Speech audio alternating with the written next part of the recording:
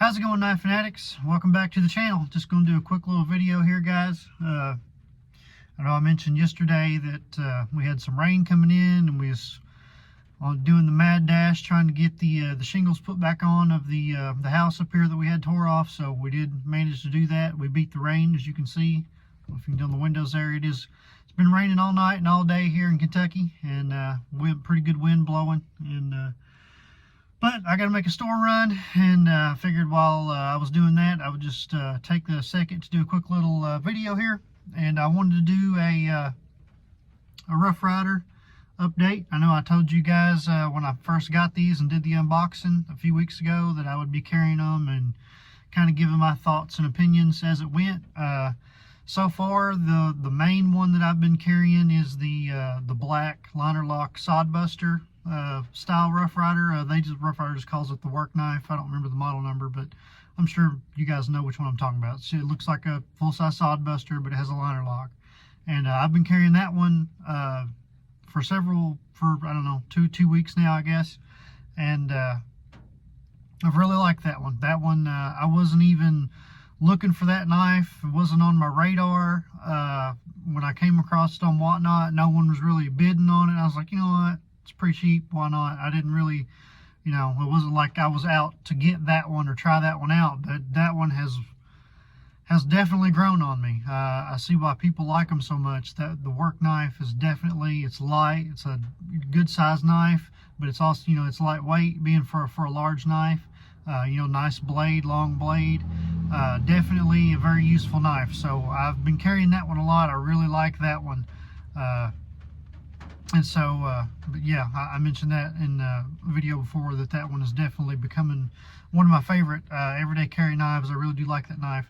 But what has been holding me back on, throwing the other ones in rotation and carrying them was, I mentioned in those unboxing videos that a lot of the edges that I was feeling, were, had a lot of like flat spots in them. They were really rounded. They weren't consistent edges at all.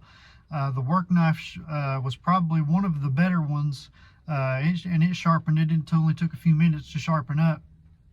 But then the other ones, I've been struggling with getting them edges to where they need to be. And the next one that I was wanting to carry was this one right here, the synthetic yellow Warncliffe Trapper. I was in carbon. I was really excited about this one, and this was actually the first one that I was really planning on carrying.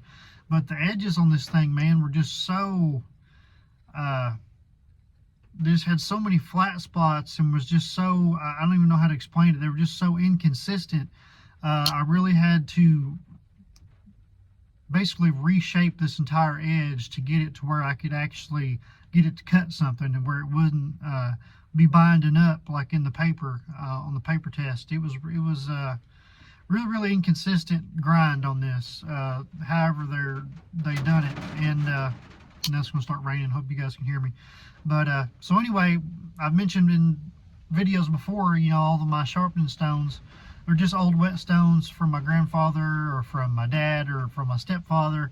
They're old, and they've been used and used and used, and they're nowhere near the same grit that they was, a decade ago. So with those stones, was part of the problem on these newer knives and harder steels. I was really struggling to on something that needed this much correction that like this knife needed. It was just, I was having to push way too hard, and it was not going to work. I'd been needing an upgrade in stones for a while, and so I finally, getting all these knives and seeing, how much work that they were going to need to get a good edge on them, I finally broke down and bought me a, well, cheap. I say broke down, but it was cheap. It was like a $15 diamond stone off Amazon. I wasn't real sure how well they would work being that cheap, but I have to say, I've been using them for a few days now. I got it in, and very, very good stone for the money. Definitely recommend, if anyone's in the market for a cheap diamond stone, those ones on Amazon are, they work very well, and definitely impressed me. And so that's what it took to get this knife sharp enough to where I felt comfortable carrying it. If I actually needed it to cut something, that it would cut. And so, like I said, it just needed that edge. It was just so inconsistent. There was just so many flat spots in it. Like, I guess when they were doing the edge, they must have been kind of rotating it, and it was just buzzing the edge off of it in spots. There was just a bunch of flat spots. I mean, I couldn't have cut myself with it if I wanted to on some spots of the blade. It was just very inconsistent, so I really had to reshape that entire edge, and I needed something much more abrasive than what I had with the old stones that I had. It just wasn't going to cut it, and it was just killing my back, guys. I know we have a lot of new people on the channel. We've just hit, or just surpassed actually, the 500 subscriber mark, and so you probably don't know a little history about me. I wasn't planning on going into all this, but I guess I will since it was on my mind. I mentioned it in early videos way back. I was born with a severe spinal disease, spinal condition. Some people, however you want to word it, some people call it a disease. It's a disability, a deformity, whatever you want to call it. It's called Sherman's disease, and so it's a form of kyphosis, but it's not from posture. It's not from just growing up with bad posture and having weak muscles and causing your spine to kind of hump forward. Mine is a actual deformity in the spine itself. So my vertebrae are actually the shape of the vertebrae are deformed. They're kind of wedge shaped, and so as you grow, when your vertebrae are deformed like that and kind of have that wedge shape to them, as you grow, it creates pressure points in your spinal column, and it just forces the spine over. And there's really, outside of surgery, there's really nothing that can be done about it. And so it is, it's a very painful condition. So it's hard to find a good doctor, a good spine doctor that's educated in Sherman's disease. For whatever reason, it's not nearly as researched and in the forefront. Like when you go, I've been to several specialists, and none of them were really that knowledgeable on Sherman's itself. A lot of the stuff that they would tell you about it was not accurate as far as someone that actually has it and deals with it every day. A lot of stuff that they said just didn't line up to to someone that's actually dealing with it, and the symptoms that you go through and the type of pain that it causes you every day. A lot of doctors just don't get it when it comes to Sherman's disease for whatever reason. And I am in several Facebook groups of people that's dedicated to that disease, and that is a common thread on there. People always saying help. The doctors don't they don't believe me, or they don't understand what I'm going through when I talk about the symptoms that I'm having from this. They act like it shouldn't be that big of a deal. So it's a very, very under-researched condition. It needs really needs a lot more research and studies done on it, because it affects people in a lot of different ways. But it is and I have a more severe case. The degree of my spine curvature is last time they measured it was 94 degrees. That's pretty severe. And I know one doctor told me that he said, or it was actually that was a woman, a female doctor at that time. She said you wear it better than anybody I've ever seen. And what she meant was, to have that big of a hump in my spine. 94-degree curve is a very large curve. Unless I kind of bend or hunch forward, you really can't tell it on me for whatever reason. I hide it very well, and so she was shocked to see that it was when they measured it, it was that big of a curve, because on me you really can't tell it. And you guys probably ain't interested in all that. I'm getting off on a rabbit hole there, but I was the point that I was making was having to grind on these blades. I was seeing how much I was really having to grind to just completely reshape the edges on these. With my spine, my back the way it is, any kind of movement with my arms out in front of me, putting pressure, even, with something as light as a knife, doing that motion back and forth and sharpening, it just kills my back if I have to, do it for a long period of time. And it was taking, you put several hours in on this knife and just wasn't getting anywhere till I got that diamond stone. And even on that, with the diamond stone, it took a while to reshape that edge. To say it was really just a really uneven grind. It needed just a complete and total reshape. And I looked it up on some forums, and that was seemed to be a common complaint that some people had on forums with the Rough Riders, that very inconsistent grinds, and it was taking them a long time to, on the ones like this where you really had to just completely reshape the whole edge from the factory. And so anyway, just a little update and some of my thoughts on the Rough Riders. Anyone that's new, if you don't know, these are my first Rough Riders. Go back and watch the unboxings on them. And so I just wanted to do a little update and say I do have this one nice and sharp now. See, I got a little piece of junk mail laying here. As you can see, I mean, it's still not perfect. I could do a little more on deburring, but that's pretty good. It's sliding through that. It's not catching, so I'm pretty happy with that.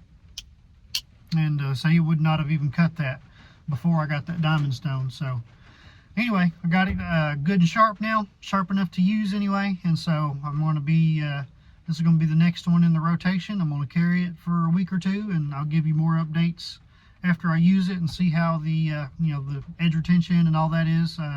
This one, like I said, is in carbon steel. I think they use T10 on Rough Riders. That was something else that I had read when I was looking up, having trouble getting them sharp.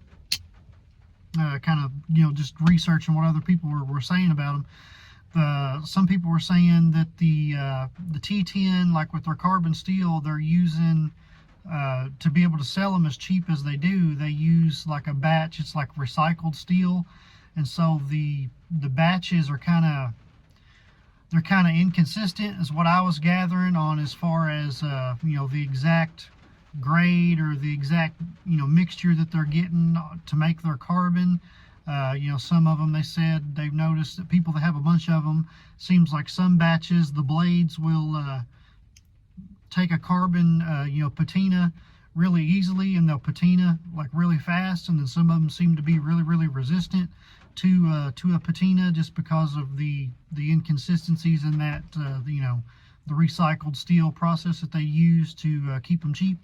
So that'll be interesting to see how this one patinas. And they said there was kind of some varying in the hardness of them, and on this one I wish I had a Rockwell test kit. This one seemed to be a pretty hard steel for carbon. It kind of surprised me.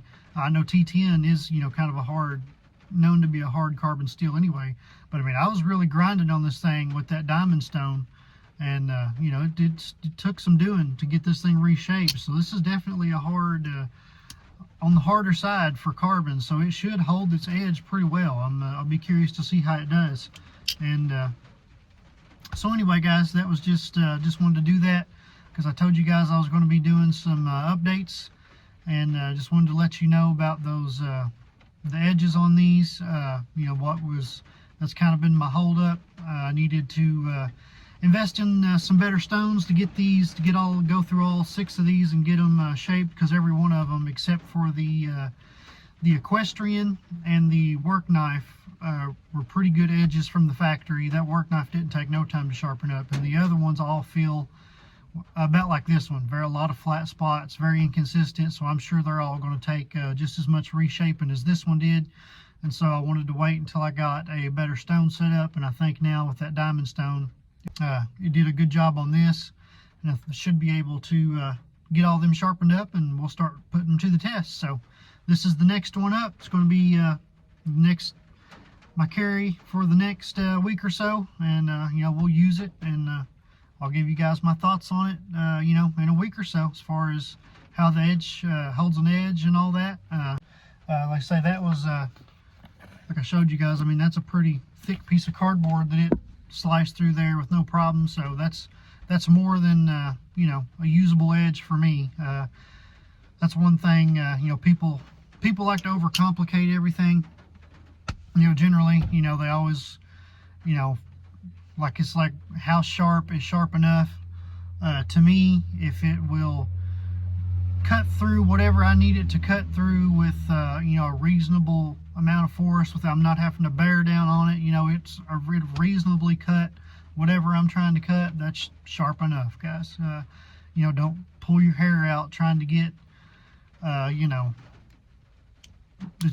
something so sharp that it'll cut your eyeballs from looking at it, right?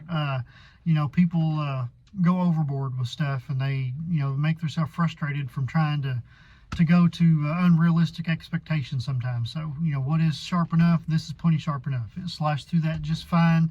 I wasn't having to bear down on it. It made a nice clean cut. That's sharp enough. That's good enough for what I'm going to use it for, and I'm very happy with that. So anyway, guys, more Rough Rider updates will be coming. I just wanted to give a little update on that as far as the sharpening and stuff goes. Now that I've got that diamond stone, I will get them all sharpened up. As I usually when I do my sharpening is at night when I'm watching a Western or something with my dad or with my stepdad, drinking some coffee, and I'll sit and sharpen on them until I get them how I want them. And so anyway, guys, just a quick little video. Wanted to give you some updates on the Rough Riders, and there will be more updates coming. Like I said, again, now that I have that diamond stone, and you guys comment and let me know your experiences on that, on as far as that goes with the factory edges on Rough Riders. I'd like to hear from some people that has more of them. It did seem to be a common thing when I was reading on like blade forums and stuff. A lot of people said, yeah, the edge, factory edges are pretty inconsistent, and a lot of times it does take just a total reshape to get it right. So that's something just part of my experience with my first time being a first-time buyer of Rough Rider. And like I said, and that's not a big deal. I just didn't have like I say, I was using old wore-out stones.